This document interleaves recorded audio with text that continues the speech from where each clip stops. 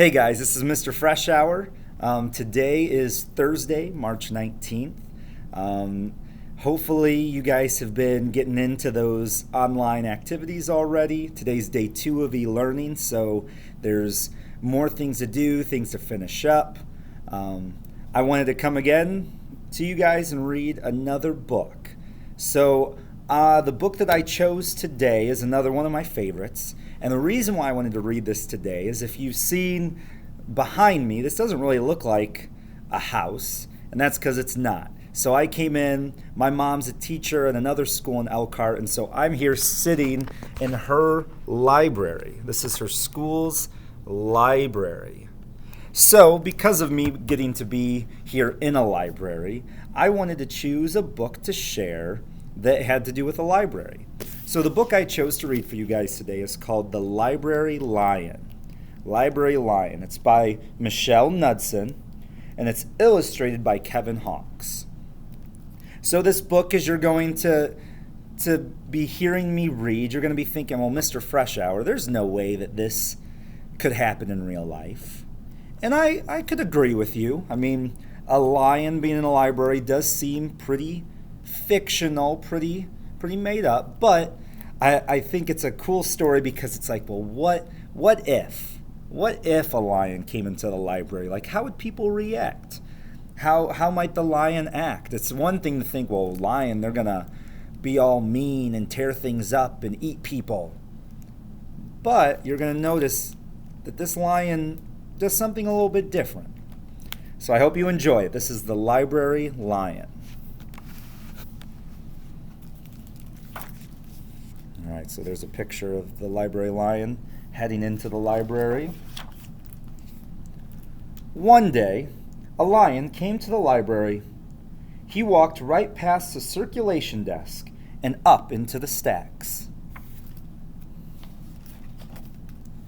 Mr. McBee ran down the hall to the head librarian's office. "Miss Merriweather!" he called. "No running," said Miss Merriweather, without looking up. "But there's a lion," said Mr. McBee, "in the library." "Is he breaking any rules?" asked Miss Merriweather. She was very particular about rule breaking. "Well, no," said Mr. McBee, "not really." "Then leave him be." The lion wandered all around the library. He sniffed the card catalog. He rubbed his head against the new book collection. Then he padded over to the story corner and went to sleep. No one was sure what to do. There weren't any rules about lions in the library. How do you think you would be reacting if a lion showed up in your library? I know I would probably be a little nervous. Soon it was time for story hour. There weren't any rules about lions at story hour either. The story lady seemed a little nervous, but she read out the first book's title in a good, clear voice. The lion looked up. The story lady kept reading. The lion stayed for the next story, and the story after that. He waited for another story, but the children began to walk away. "Story hour is over," a little girl told him. "It's time to go." The lion looked at the children. He looked at the story lady. He looked at the closed books. Then he roared very loud. "Roar!" Why do you think he's roaring? What would he be upset about?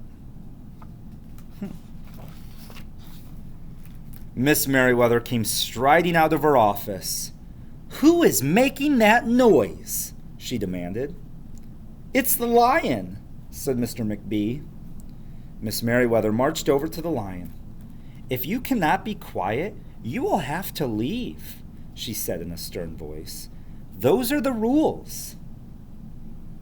The lion kept roaring. He sounded sad. The little girl tugged on Miss Merriweather's dress. "If he promises to be quiet, can he come back for story hour tomorrow?" she asked. The lion stopped roaring. He looked at Miss Merriweather. Miss Merriweather looked back. Then she said, "Yes, a nice quiet lion would certainly be allowed to come back for story hour tomorrow." "Hooray!" said the children. The next day, the lion came back. "You are early," said Miss Merriweather. "Story hour is not until 3 o'clock." The lion did not budge. "Very well," said Miss Merriweather. "You might as well make yourself useful." She sent him off to dust the encyclopedias until it was time for story hour. The next day, the lion came early again. This time, Miss Merriweather asked him to lick all the envelopes for the overdue notices.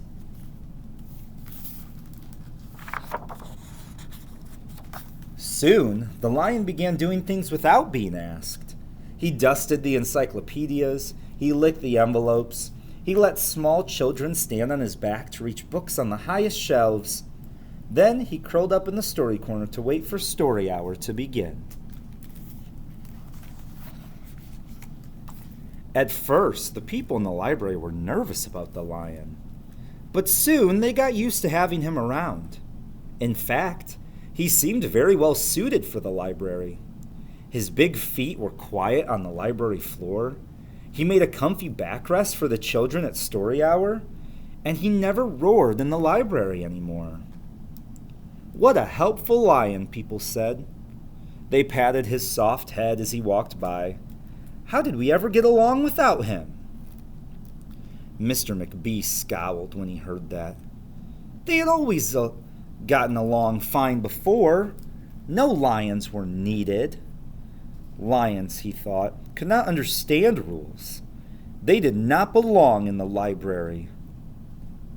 "How's Mr. McBee feeling?" What's that word? There's a word that Mr. McBee is feeling where they don't like something because they don't think it's fair to them. They're feeling unused. That word, jealous. Jealous. Mr. McBee is actually kind of jealous of this lion and the attention that the lion is getting. One day, after he had dusted all the encyclopedias and licked all the envelopes and helped all the small children, the lion padded down the hall to Miss Merriweather's office to see what else there was to do. There was still some time before story hour. "Hello, lion," said Miss Merriweather. "I know something you can do. You can bring a book back into the stacks for me. Let me just get it down from the shelf." Miss Merriweather stepped up onto the step stool. The book was just out of reach. Miss Merriweather stood on her toes. She stretched out her fingers. "Almost there," she said. Then Miss Merriweather stretched a little too far. What do you think happened? Let's find out. "Ouch," said Miss Merriweather softly. She did not get up. What'd she do? She fell. "Mr. McBee," she called after a minute. "Mr. McBee." But Mr. McBee was at the circulation desk. He could not hear her calling. "Lion," said Miss Merriweather, "please go and get Mr. McBee." The lion ran down the hall. "No running," Miss Merriweather called after him. He put his big front paws up on the circulation desk and looked at Mr. McBee. "Go away, lion," said Mr. McBee. "I'm busy." The lion whined. He pointed his nose down the hall toward Miss Merriweather's office. Mr. McBee ignored him. Finally, the lion did the only thing he could think of to do. He looked Mr. McBee right in the eye, then he opened his mouth very wide, and he roared the loudest roar he had ever roared in his life. Roar! Look at that. He even blew the guy's glasses off. Mr. McBee gasped. "You're not being quiet," he said to the lion. "You're breaking the rules." Mr. McBee walked down the hall as fast as he could. The lion did not follow him. He had broken the rules. He knew what that meant. He hung his head and walked toward the doors. Mr. McBee did not notice. "Miss Merriweather," he called as he walked.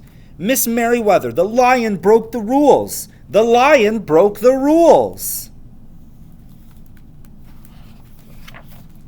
He burst into Miss Merriweather's office. She was not in her chair. "Miss Merriweather?" he asked. "Sometimes," said Miss Merriweather from the floor behind her desk, "there is a good reason to break the rules, even in the library. Now, please go call a doctor. I think I've broken my arm." Mr. McBee ran to call a doctor. "No running," Miss Merriweather called after him.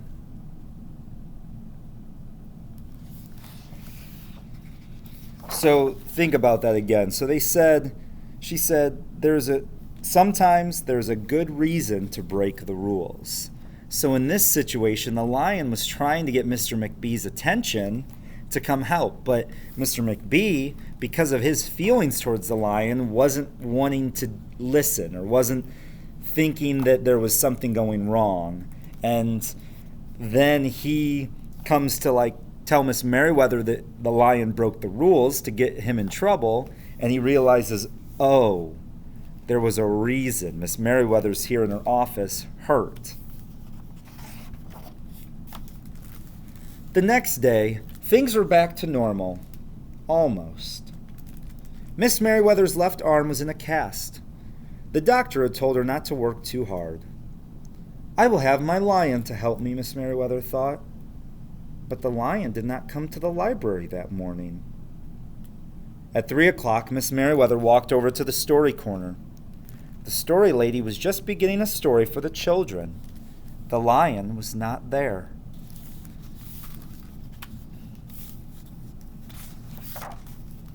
People in the library kept looking up from their books and computer screens, hoping they would see a familiar furry face.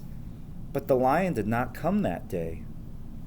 The lion did not come the next day either, or the day after that. One evening, Mr. McBee stopped by Miss Merriweather's office on his way out. "Can I do anything for you before I go, Miss Merriweather?" he asked her. "No, thank you," said Miss Merriweather. She was looking out the window.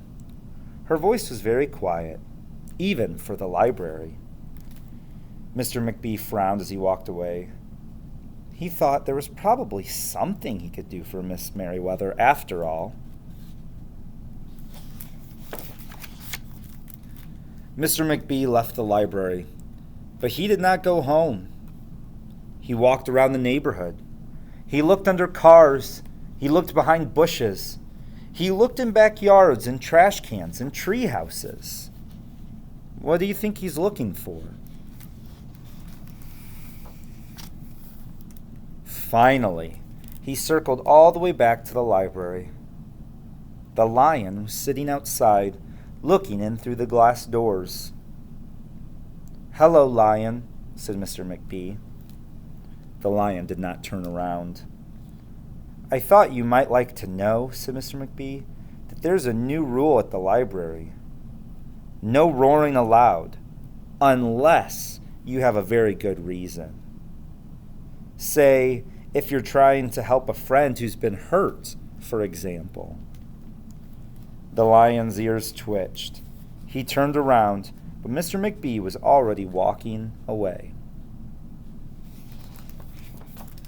The next day, Mr. McBee walked down the hall to Miss Merriweather's office. "What is it, Mr. McBee?" asked Miss Merriweather in her new, sad, quiet voice. "I thought you might like to know," said Mr. McBee, "that there's a lion in the library." Miss Merriweather jumped up from her chair and ran down the hall. Mr. McBee smiled.